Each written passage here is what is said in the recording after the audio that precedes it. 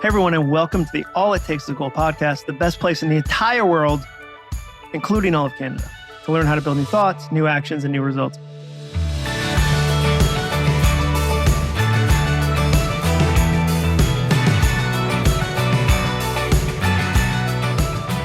I'm your host, John Acuff, and today I'm joined by Tiffany Chen. Who's that? I'm so glad you asked. In 1999, Tiffany Taylor, that was her maiden name, Taylor then, Chen now, accidentally stood up Leon Chen for a date. As an apology, she baked and delivered a batch of warm cookies, and the concept of warm cookie delivery was born. Tiff and Leon, just 19-year-old sophomores at the University of Texas at Austin, at the time opened Tiff's Treats with $20, a cell phone, and a big dream. Since then, the business has grown to 68 stores in Texas, Georgia, Tennessee. We have them here in Nashville. I've had them. North Carolina and Oklahoma, with more than 1,700 employees, baking more than 200 million cookies since the company started. The founders are now married, and the business continues to grow. But Tiff's Treats has the same core mission, creating memorable moments with treats baked to order and delivered warm. And they have a new book that just came out. It's called It's Not Just Cookies, Stories and Recipes from the Tiff's Treats Kitchen.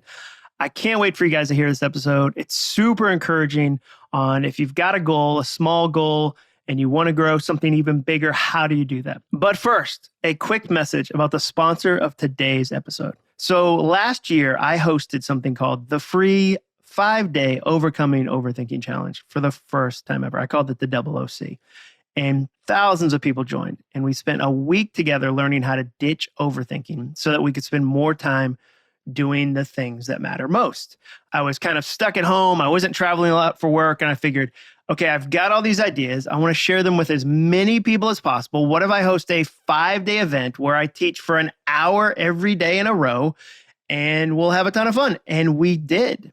We built what might be the nicest online community on the planet.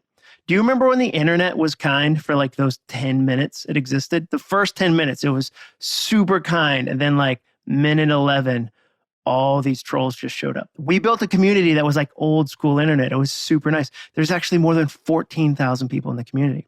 And it was so much fun. And so many people used the challenge to write books, get in shape, work on side hustles, and a billion other goals that we decided to bring it back again this year. So starting on Monday, April 11th, I'm doing 5 days of free live training to help you overcome overthinking. And if you can't make it live because, you know, you have like jobs and taxes and stuff and like little league and swim meets, no problem. We'll send you daily video replays. So just like in previous challenges, I've done a bunch of these. I'll be going live for 5 days to teach you the secrets to beating overthinking that I've shared with companies like Comedy Central, Range Rover, the NFL Players Association, and hundreds of others. So let's talk content. Here's what you're going to learn. On Monday, April 11th, I'm going to teach you how to use empathy to overcome overthinking. Here's how I personally define empathy, by the way. It's understanding what someone needs and acting on it. There's 2 parts, understanding what someone needs and acting on it. On Tuesday, April 12th, I'll teach you how to navigate change and create some new soundtracks for some side hustle goals. Anyone else gone through some changes in the last 2 years? Anybody? Yeah, me too. I can't wait to show you how to make the most of all these changes. On Wednesday, April 13th, I'll teach you how to build resilience and create new soundtracks for writing goals. So right now, if you're like, I might want to write a book someday, you're definitely going to want to watch Wednesday's episode, April 13th. On Thursday, April 14th, I'll teach you how to hustle and create new soundtracks for health goals. And last but not least, on Friday, April 15th, I'll teach you how to write a new anthem for your life. There's going to be homework, prizes. There's going to be an amazing Lego set that you can't get anywhere that I'm going to give away. Because of course, if I'm doing prizes, they're going to be fun prizes. There's going to be a moderated, super awesome community and so much more. And the whole thing is free. Does that sound like a lot? It is. It's a ton, but don't worry, I talk very fast. Don't miss it. Sign up today at acuff.me/challenge. That's my last name, ACUFF.me/challenge. Right now, if you're thinking, do I struggle with overthinking? Do I overthink things? Am I an overthinker? The answer is probably yes. Don't overthink it. It's free. It's going to be awesome. I can't wait to see you inside the challenge. Sign up today at acuff.me/challenge. And P.S. I don't know if you can do PSs on podcasts, but I'm going to. What if you've already taken the Overcoming Overthinking Challenge? What if you're like, I did that last year and I had so much fun? Awesome, no problem. The challenge is still for you. A lot has changed in the last year. So there's a great opportunity to check in on some new soundtracks that might have developed since the last time we did this. Sign up today at acuff.me/challenge. It's going to be a blast. I don't want you to miss it. Every time I do something like this, like a week after, 2 weeks after, somebody goes, I wish I had known. This is your shot. acuff.me/challenge. All right, let's jump right into the interview.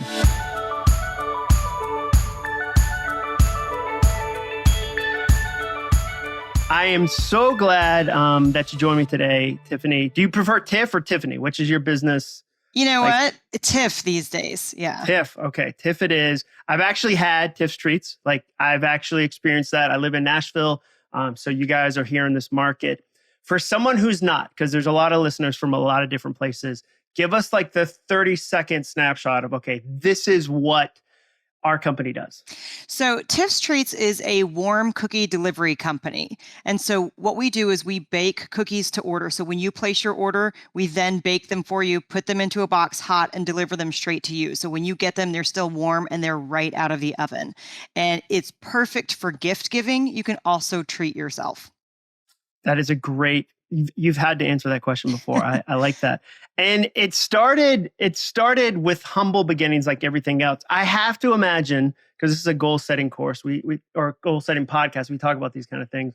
When you started and told friends, hey, I really think I'm going to focus on cookies. Like there had to have been friends, family members, neighbors that were like, is that, okay? I mean, are strudels not available? Like, what was the pushback? How did you work through it? Tons of pushback. So first of all, I started this with my husband, he was not my husband at the time, but we were 19. So we were extremely young. We were still in college. And yeah, we got questions of, I definitely got, what are you going to do? Bake cookies for the rest of your life? For years and years, we got, what else do you do? Like, they're like, I get the cookies that's thing. Such an insulting but what question. else do you do? Yeah. Family, I think, was skeptical at first, as they probably should have been. We were extremely young, still in college. But it goes on and on for years. I would say 10 years into the business. My mom was taking an accounting course and her professor asked what she was using it for because she was going to come help us with our books. And he goes, oh, well, that'll never work. And this was like 10 years into the business. So it's constant when you're small. That people think it's weird. And yeah, like you're only doing cookies, and that confuses people too, the narrow focus. Yeah, and the word still is one, because I know there's people that will say, oh, you're still doing that hair care company, or you're still, and the word still has a lot of kind of undertones to it. Sure. Were you always an entrepreneur? Like, because sometimes when we get people on the show, they'll go, I came out of the womb, I had a paper route, and like I was in the NICU delivering papers because I didn't want to waste that hustle. But then there's other people I'll meet that'll go, I tried some other stuff and I realized I wanted to try this on my own. Where did you fall in that spectrum? So I am not an entrepreneur. I mean, it's funny because that's actually all I've ever done, but it's my husband who is. So he's the one always thinking of businesses, coming through, wanting to do stuff. In college, he was thinking of anything he could think of to not get a regular job. And I was perfectly happy just going down sort of that standard path, having regular employment. I would have been perfectly happy with that. He convinced me into this when we were sophomores at the University of Texas. And that's when we started just out of his college apartment. And so that's very, very innate in him. And it comes from his family background too. I would never have gotten into entrepreneurship at all if it weren't for him. Well, it's interesting you mentioned him, and he was going to be on the show, was feeling under the weather today. So you and I just get to kind of jam out on the topic. But there's a lot of people, self-included, that can't do a business with a spouse. Like my wife and I worked together a little bit, and then she was like, an assistant is going to cost a lot less than marriage counseling. And I'm not going to be your assistant. Like I'm going to be 100% focused on being your spouse, and we're going to crush that. But so for you, how have you guys made that work? Because sometimes it's great, sometimes it's not. What's been the key to making it work for you guys? Yeah, I think assistant would be tough. Partners is easier. What's key that makes it work for us is that we have complementary skill sets and interest. And so whatever he's good at, I'm not. Whatever I'm good at, he's not. So it's always sort of blended together. We never had an argument over both of us wanting to do the same thing or arguing over who's good at what. And also we started doing this so young that we don't really know any different. Our relationship has always been this. But even with all that said, it's not easy all the time. You're with the same person for so much of the day that it can be draining. And then you've got your whole personal relationship that kind of bleeds into your professional relationship. So it's not always easy. Sometimes it's better though. You can really talk honestly with the other person. Yeah. And I think for me, when my wife, she's super detailed. So she started handling a lot of the details. So she definitely wasn't my assistant, but if we were planning details and then I said, hey, let's check in on the details, all of a sudden it just got really unnecessarily tense. How are you guys able to have date nights, conversations that don't, like cookies don't make a cameo? Able to, absolutely. And honestly, we spend a ton of time with friends, and probably for that reason, because it brings in other topics. We do talk about work a lot, but I think that's just because, that's what we're both doing. I think if we had separate jobs, we'd be talking about what we did during the day, and we just have common, backstories to talk about. So, but absolutely, we can put it aside, and we've got plenty of other fun things we can talk about. And then bringing in, like, going out with other friends is super helpful. Yeah. Cause I'm sure they've got their own lives and you're able to just be a person there. I loved that one of your kind of mantras, or I'd call it a soundtrack, just a repetitive phrase was, it's just cookies, calm down. Like you guys would say that, especially in the early days. Are there other mantras, soundtracks, reminders, whatever you want to call it, statements that you say, okay, wow, Tiff's Treats runs on this, or our lives run on these? Yeah, a few things. So the funny thing about it's just cookies, calm down is that something that we would say when we were younger because we were so stressed in the kitchen. And we would have to remind ourselves that it wasn't brain surgery. There wasn't a patient on the table. And if the order was late, which it was plenty of the times, and the customer was really upset, that can really get to you and start, in a regular way, stressing you out. And we would just say, calm down, it's just cookies.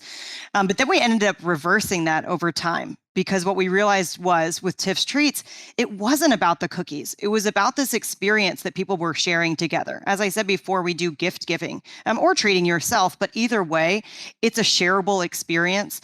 And so what people were experiencing were what we now call warm cookie moments. And it's actually not just cookies at all. It's about that I'm remembering you're there. I remembered your birthday, your anniversary, or just that you're sad today. And I'm sending you something to let you know that I'm thinking of you. And it's this connectable moment.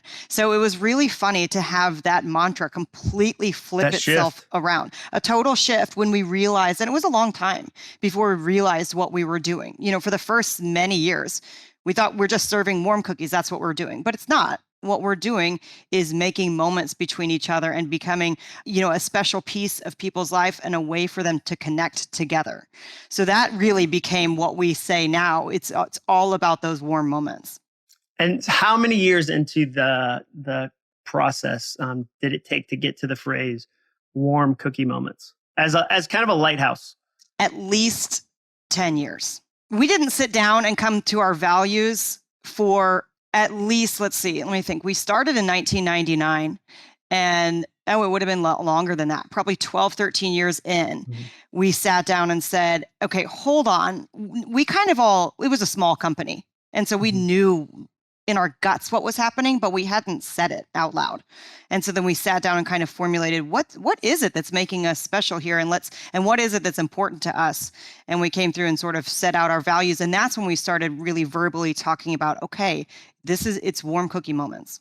Do you think that's one of the misconceptions about starting a business? Because again, we talk about goals a ton on the podcast, and a lot of people have a side hustle goal, a freelance goal, a business goal, that you have to have it figured out before you do the thing, versus you said two things about it took 10 years. 10 years, people were still saying to your mom, oh, she does cookies, how adorable, like that won't make money.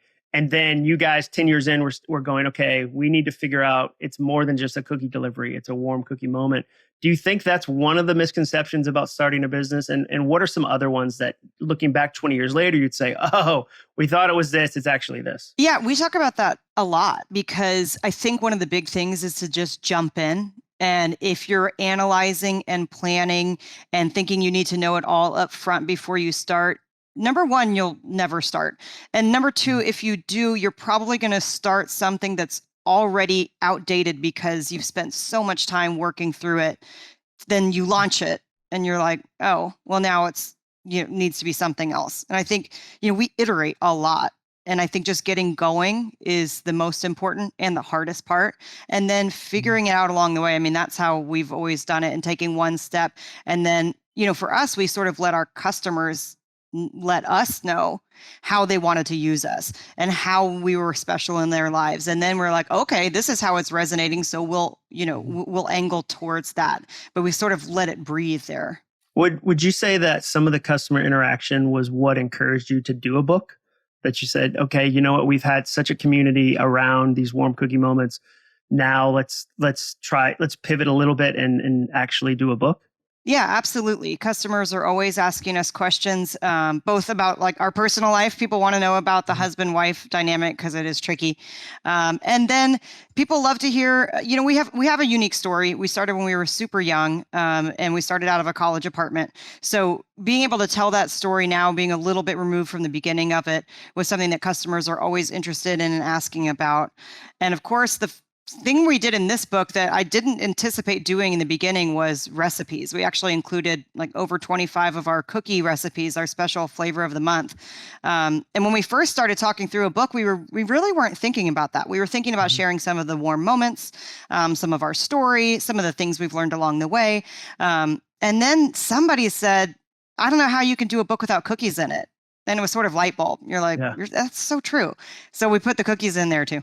Was there any concern of, okay, well, these are the secrets, like we can't share the secrets? Or were you just kind of like, we've shared so much of this journey, why wouldn't we do that?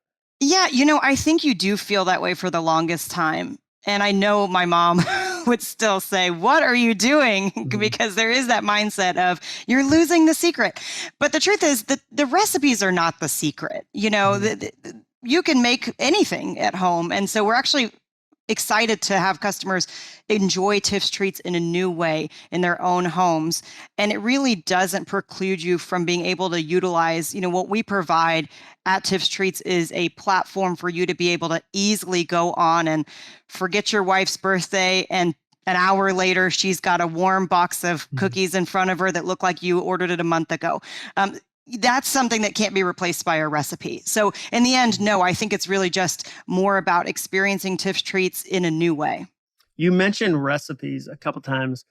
Can you tell me about a time where you tried some test recipe, like in the kitchen, that you were like, oh, this is going to be amazing. It was like a chai turmeric shortbread or something. And then you tasted it and were like, people will hate us if we send these out. Like what would have been some bad ones? You know what? And they always seem like they're going to be good. And then sometimes you just get to a brick wall and you're like, it's over. This ain't happening. It's not happening. Strawberry shortcake sounds so good. We just couldn't. And I'm not going to give up on it, but we haven't been able to make that work. A peanut butter and jelly, and I know other people do this well. One of the things for us is we serve all of our cookies hot, which means you can't put toppings and things like that on them because it'll just melt right off. And when and also it's being delivered. And so there are certain restrictions that we have. Basically, everything about the cookie needs to be within the cookie itself.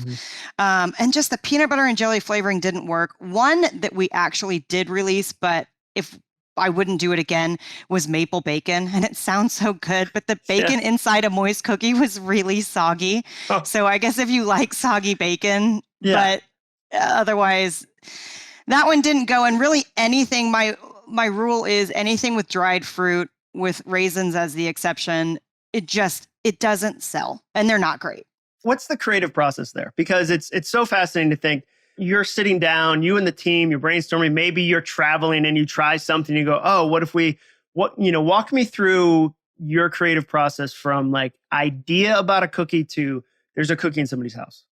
Yeah, you're looking at anything can be inspiration. It can come from me or it can come from anybody on the team. Say, hey, have we ever tried this? And sometimes you're just sort of looking up what's sort of like a newer dessert that we can turn into a cookie. So that's step one, is having the idea. And step two is figuring out what inclusions is what they're called. Like basically what crap can you put in the cookie to recreate that flavor profile, because it's different. So if we want to do a tiramisu cookie, for example, we can't have that cream and these all these textures and things to it that we can't have. So how do you kind of recreate that flavor, but in a cookie? And we figure out what we can source. And then the team goes through and we brainstorm, what if it was a chocolate cookie with this kind of, chip and this kind of topping.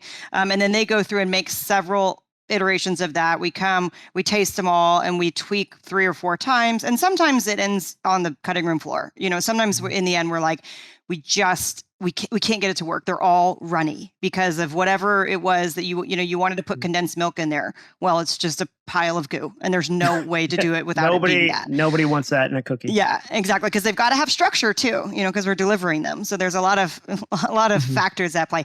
And then once you kind of get on one that you really like, and then we put it into the system, but it's a long process because we have 74 locations, so we're pretty high volume.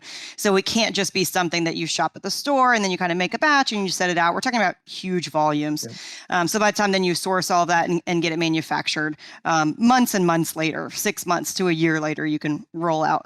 So a cookie release can be 6 months to a year. Unfortunately, I wish it was faster. It could be in a pinch, but not with supply chain right now. Oh yeah, I was gonna say nothing is easy right now. But no. It's the same with a book. A book is not a quick turnaround process. A good book isn't. Like you can do a bad book very quickly, but a good book takes a good amount of time. I love that you guys, in some of the things you write and talk about that America is still a great place to dream. Like the American dream is still very much alive. You can start something from scratch, to use your words. What would you say to other entrepreneurs that maybe they don't have a cookie specific dream? That's a unique dream, but maybe they're listening to this going, okay, there's something I've always wanted to start. There's something I'm curious about, but I think a lot of people feel like it's too late. They feel like the market's too crowded. I don't have the skills. What do you say to an entrepreneur who says, I want to do something, but it feels too late? I think it's not too late if this is something that you love and you feel that you're doing in a different way than other people are doing. Think about how many pizza. Is it too late for another pizza place? Not to me, because there's thousands and thousands of styles of pizza. You can do your restaurant differently from somebody else. Maybe it's sit down, maybe it's delivery. Maybe there's a tweak on the way you can do it. So I think there's always a new way to do something in an existing industry and sort of bring your own flavor to it. I wouldn't say anything's too late if it's something that you really either love or really see a need for. I love that answer. And it fits in with my next question. If somebody said to you, okay, Tiff, I feel like I'm capable of more. There's more potential inside of me. How do I tap into that? How would you answer that? That's a good question. And while you think about that, here's why I'm asking. We did a study. I commissioned a study with a researcher who's a PhD named Mike Peasley. We asked 3,000 people if they feel like they're living up to their full potential. 96% of them said no. So especially coming off the last 2 years we've had, I don't know if you guys had the pandemic in Texas. We had it in Nashville. We were here. Yeah. Yeah, it was terrible. How do you answer that question? I think you're so right. Nobody's living up to their potential, right? Who would feel that they are? I think you could probably do a lot more than you think you can do. And I think just head down work would fix a lot of that. I think, gosh, I always think about this. I used to have this trainer pre-pandemic where you would do like a chin-up hold. And it's the worst. It's the absolute worst for me. I have like no arm strength. I'm like shaking. And I would always think about this air glider guy that I saw on the internet once, and he wasn't harnessed in, and he had to hold that same position for his life because otherwise he was going to fall and die. And they eventually landed safely, but he ripped both bicep muscles. And I would think, you can hold this for 10 seconds. That guy didn't think he could hold on for 7 minutes and ripped both of his bicep muscles. But when faced with death, he can do that. And I would just tell myself, you can do more than you think you can do. I know you can do it. And I hated doing that chin hold. And if I was just to go with what I thought I could do, I would have been off of the bar in 10 seconds. But physically, you can actually do more than you mentally think you can. I love the reminder of that story. So you connected what you were doing to that story as a way to kind of anchor what you were capable of. Do you have any visuals for your goals? So like, let's say it's a physical goal, financial goal, Tiff's Treats goal. Do you have, okay, I have a checklist that's on the wall. I have a huge calendar. I have a mantra on my bathroom mirror because I want to remember blank. Do you turn any of your goals into a visual? No, I don't think we do have a visual. It's probably more in my mind. I mean, we have where we want the company to go, and that would probably be where our goals would be set of we're opening 15 stores, this year, or by the end of X, we're going to be at X number of stores. I don't think I do visual reminders of it, but it's so in our minds day to day because it's what we're working towards as a team at the office. So it's very sort of clear cut as to where we're trying to move the company.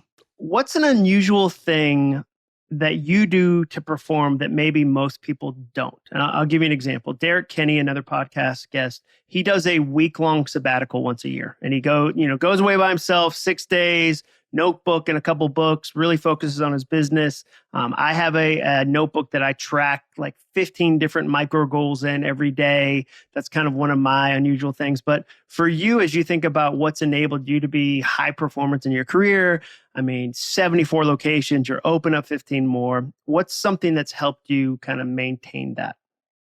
I don't know that I have a routine, although I certainly do balance things that I enjoy doing. That's always been important to me, carving out time for recreation. Even when we were very, very young and working all the time, my husband and I would meet each other. This is kind of embarrassing reference, but because they were open late, Dave and Buster's was open. Their kitchen was open past midnight. And so the one of us that was working the store would meet the other one of us there because we could get a super late night dinner and a couple of drinks and just have fun because we were carving that out. And I've always done that, is carved out, even when you don't feel like you have enough time. And it depends on what's important to you. To me, like letting loose and having sort of like recreational time or going to see a movie or going to see a concert or things like that was always important to me, so that I felt like I had a life going as well as the business, even when the business was really taking over my life. So I don't know that I have a routine, but I think maybe one of my strengths is not, how do I say this right? Not considering the gravity of everything that's happening in the moment that it's happening. So I'm not a big worrier. It's not because if I stop and think about something, I will start to worry. But I'm pretty good at not thinking and not digging into something that would be worrisome. What that enabled me to do was to say, okay, we're going to take out a bank loan. Great. Okay, we're taking out another loan. Okay, good. Okay, now we're bringing on an investor. Sounds good to me.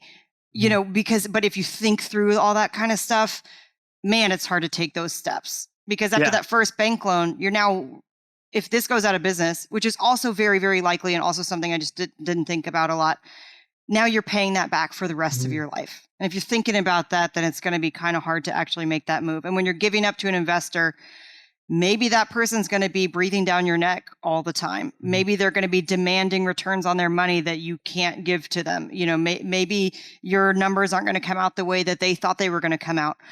There's all kinds of downsides to everything you do to take a step forward. And not everybody can do that. I think my husband would say that I'm good at compartmentalizing, where I am. But it sounds like it's a don't look down kind of approach. So like you're climbing, like you're getting bigger, you're going higher on the ladder, but you're not spending a lot of time going, I'm going to think about how high this is. I'm going to think about how many rungs up I am. I'm going to think about this, because you're right. It sounds like you kind of suspend yourself. When you have team members that can get stuck with that, how do you encourage them? Because you're right, you might be naturally good at it, but it's also something that can be learned. So how do you help somebody else that might go, I'm over dramatizing how crazy and hard it's going to be? Because I always tell people, like, if you're trying to write a book, don't call it the book. Don't say like, I just need to write this book so my dad thinks I made a good life choice. It's already hard to write a book. Don't add additional pressure. How do you encourage people that might be naturally bent toward overthinking or overanalyzing? Yeah.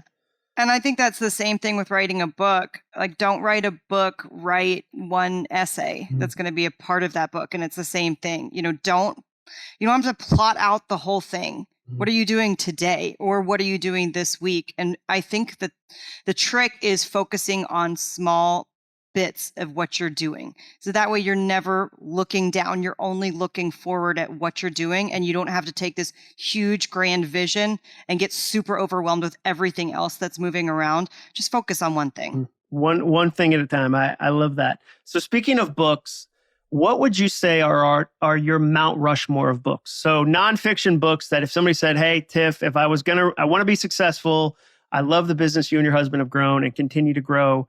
What's on your Mount Rushmore? That's the one, you can think about it that way. Or if it's easier, what's a book you've given away more than any other book, other than your own? You're going to give so many of your own books away. I have some in my trunk right now, like MC Hammer. But like, what's a book when people come to you, say, oh, you've got to read this book? Well, we based, in the early days, we read Good to Great. And that was really neat for us. And we pulled a lot of our values out of that one. So I would say that we've focused our business on being best in the world at something and using the hedgehog concept for that. And so that's one that we lean on a lot. Was the warm the kind of the thing you were going to be best at? Was that a big part of it? We were going to be best in the world at warm cookie delivery. And then as we've gotten a little bit bigger, it's broadened a bit so that we are best in the world at on-demand gifting. Oh, that's great. That's a much bigger umbrella. That's really fascinating. And I'm sure a bigger challenge, which is fun to figure out. So last, I've got 4 rapid fire ridiculous questions that we can knock out. And then we'll close with where people can find you. But number 1, do you think that you could beat Little Debbie in a fist fight? Street rules, no eye gouging, nothing like that. But like Little Debbie, you think? Was Little Debbie a child? Oh, I feel like she's an adult. If it's a child, that's you're right. I don't think. I'm going to have to look that up. In my mind, she's a child. So yeah, I think at this point, she's really grown. I mean, she's got to be 1,000 years old at this point, but I don't know how that works. Okay. That's a really funny response. How many emails do you have in your inbox right now? If you had to guesstimate. Oh, I'm good at keeping my emails right this second, probably 10 or 15. Okay. You try to stay like around 20-ish? I mean, it depends. You got to be on top of it. If I step away for a day, then it'd be hundreds. Okay. But around 20. How many pounds of chocolate chips do you guys go through in a year? If you had to guesstimate. Oh, that's a great question. And I knew the answer to that. I don't know. I'll have to look it up. Is it probably like a metric ton or something? It's got to be. It's a lot. Let me see if anybody's here that knows that offhand, because we actually did look that up, and it's a lot. I bet it's something like you could say it weighs as much as the Statue of Liberty. Although I don't really know what that weighs, but that'd be a fun way to frame it, to make it real to people. Okay, last question. Do you think we've pushed the envelope too far on how much stuff we're putting into Oreos these days? Do you think like we're flying too close to the sun on wings made of stuff? 1F. No, I think go for it. I love Oreos. Do you think we can go further? I think we can do anything we want. I think we can triple them. I like them when they're dipped. I think you should dip them more and put them on top of more desserts. layers. I love Oreos. More layers. You could put a third layer. Okay. It's like the Big Mac. You can do it. When my kids were little, they could barely talk, and they kept telling me something about pop Oreo, pop Oreo.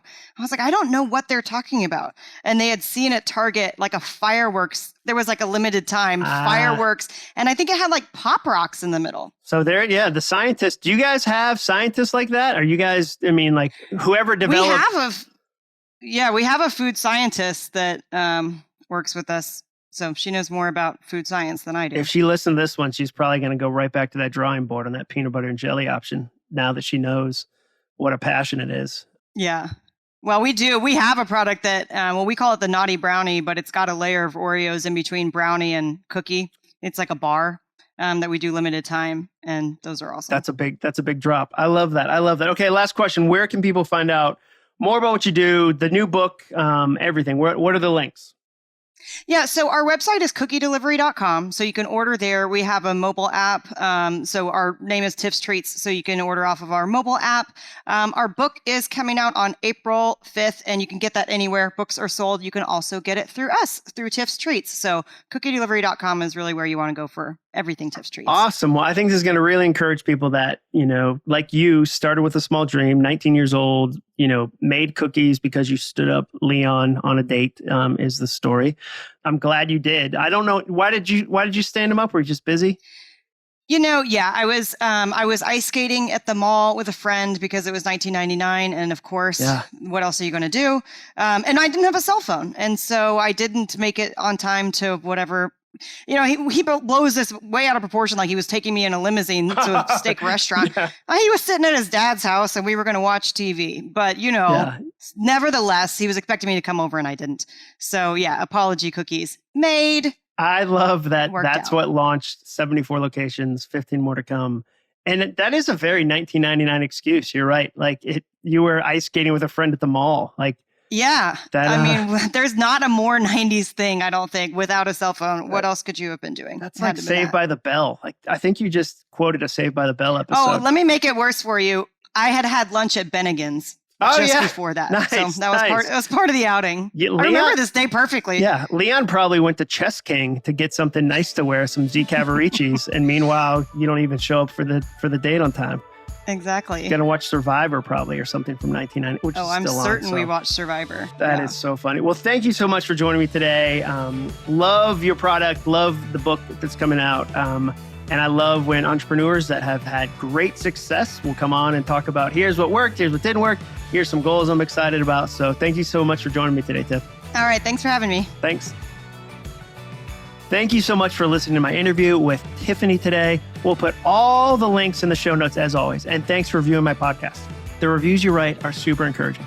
Podcasts, as I always say, are weird because you kind of do them in a vacuum. It's not like a live event where you can hear the reaction of the audience or even a blog where there are comments. A review is one of the only chances for me to hear from you and get a sense of what's working with the show. So thank you for taking the time to write those. Please make sure you subscribe or follow or whatever it is the kids are saying these days. And please write a review. See you next week. And remember, all it takes is a goal.